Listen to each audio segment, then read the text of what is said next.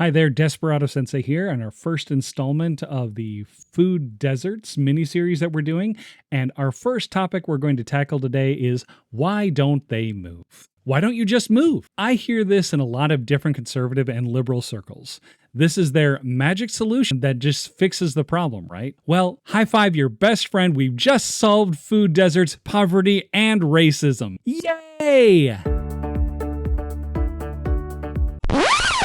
Yeah, that is some piss poor idea if you think that's going to solve the problem. So let's run a scenario with a person, and let's say this person's named Rachel. Rachel lives in South Memphis, Tennessee, which is a USDA recognized food desert, and a hardworking employee at the local McDonald's. Not a manager, but one of those lucky ones that is a full-time employee and gets a 40-hour week. So this is a breakdown of Rachel's earnings. The average wage for a McDonald's worker in Memphis is $10.81. At 40 hours a week, she makes about $432 a week, or about $22,500 a year. So after taxes, that looks like $16,900 and about $1,400 a month for take-home pay. So let's say she rents a one-bedroom with another person to save money. $920 is the average cost of rent for South Memphis for a one-bedroom apartment. So we're going to have that and make that $460. $280 for all of the utilities, so $12.50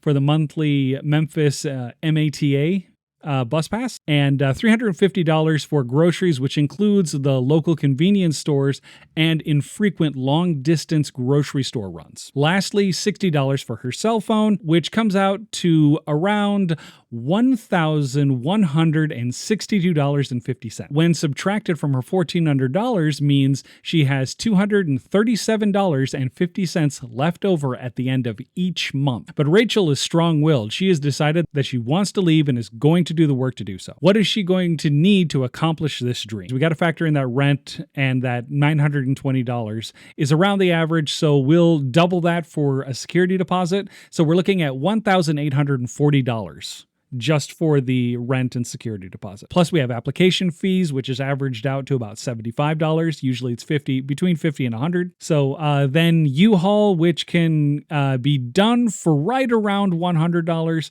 Packing supplies, utility connections, would run about $200, so only about $2,200 to move. So that would mean Rachel would have to work 9 months with 0 emergencies and 0 extra expenditures. But then she'd also have to have plus 600 points on her credit score, and so never have a time with late rent or call-outs at McDonald's, because all of these factor in that can exclude you from renting in a new location. Not to mention she'd probably need 1 to 2 days to pack, unpack, losing anywhere from $80 to $160 of that time at work. But there is a flaw in the plan I just laid out. Did you see it? It went pretty quick, but did you see it? Take a moment to tell me in the comments below if you figured out why. If Rachel saved for a new one-bedroom apartment at $920 a month, and then we add all her expenses up and even subtracted $100 from her grocery bills because the grocery store is now closer, her monthly expenses are now $1,522.50 against her $1,400 monthly take-home pay. Why? She had a roommate previously. If she's moving by herself, finding a roommate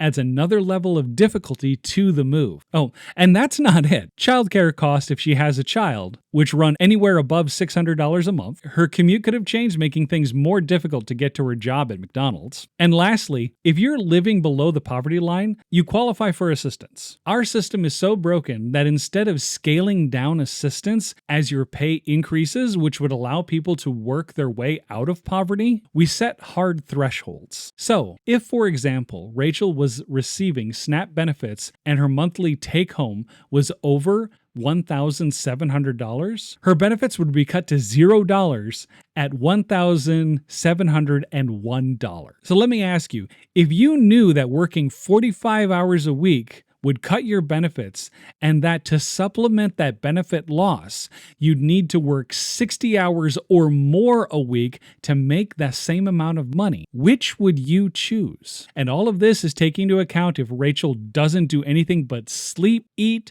and work like an android that never gets sick, has a family emergency, or an emergency for themselves. And it doesn't get much better for rural folks. If you live in Lebanon, Kansas, you are hundreds of miles away from a big city. You may have a grocery store that services people for up to 90 minutes away by car. When you're talking about rural folk, though, you need to bring into account car usage, upkeep, and repair. You can't do anything or go anywhere without a working vehicle. So let's use John living out of Lebanon, Kansas. And for argument's sake, John also works at McDonald's, same as Rachel, with the same pay. But things look a little different. John has a sedan that he drives with a car payment. So we'll say that he also has $1,400 take-home pay. His rent is $300 in a rural trailer park, as an average one-bedroom rent is $600. So his is cut in half, roommate. Utilities without internet is $200. Groceries are $300 plus,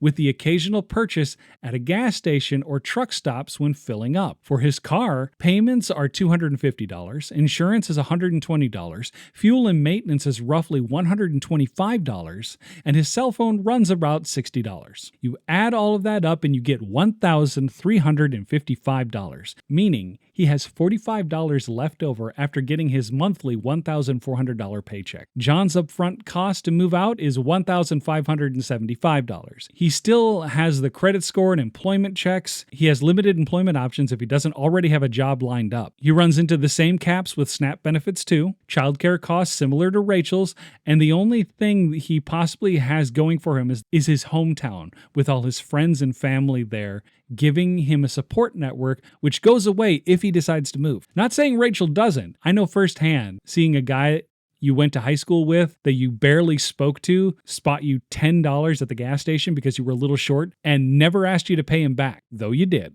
So when you say, why don't you just move? We only touch coldly on the pure economics. If we were to talk about the familial and emotional connections to one's community, that is an entirely separate matter. Now, the likely cold, unthinking, knuckle-dragging response to this is, why not just get a better job so you can move? Well, first do the previous math about how long it would take and internalize the area of South Memphis and the economic employment options in unskilled labor. If you say, just go to school, then calculate how long Rachel needs to wait to pay for tuition, as well as the costs necessary to do so, fares, time, work time changes, and other factors like childcare. The reason for all this is to point out that people stuck in areas like South Memphis are there historically because of redlining. And if you didn't see our pilot for this, watch this video here where you get a full breakdown of what that was and is now. So when it comes to food deserts, people just can't pick up and leave. There are many factors keeping them there, and a lot of those factors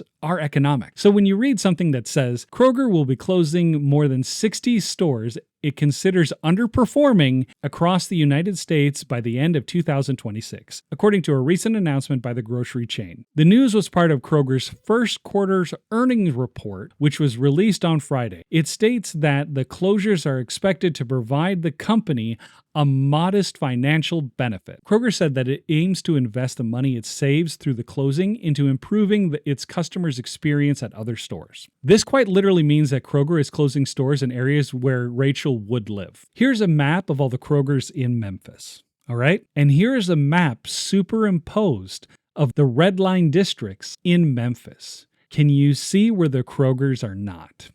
And can you see which Krogers might be shut down due to their proximity? They are reducing the employment for the people in the area and making the distance travel to get basic nutrition necessities unfeasible. So you make a poorer community poorer and take away their access to nutritious meals by making the nearest one more than 90 minutes away from the people living there. Then someone has the gall to turn around and say, well, why don't you just move or get another job? Kroger axed them because they weren't making the profits they wanted. They didn't take any moral consideration into what they were doing. Just because some fat cats threw a fit because the first quarter didn't give them enough earnings to buy their 8th yacht. It's disgusting. If you want to talk about morally bankrupt, you need to stop pointing the finger at the person getting $300 a month in SNAP benefits to eat, and start pointing it directly at the CEOs that prioritize the rich grocery stores over the ones in poor areas that desperately need the employment and access to nutrition. Confucius has a saying for things like this. And I'll end this segment with some 5th century BC Chinese wisdom. The morally righteous man knows what is just. The morally inferior man knows what sells. Truer words have never been spoken. Truer actions have never been better demonstrated by Kroger in South Memphis. Hi there, this is Desperado Sensei with FOFA News. We'd just like to remind you to like and subscribe for our content, and also follow us on Substack. Every now and then we write pieces that don't necessarily turn out to be videos, so check us out when you get a chance. Thank you. Bye.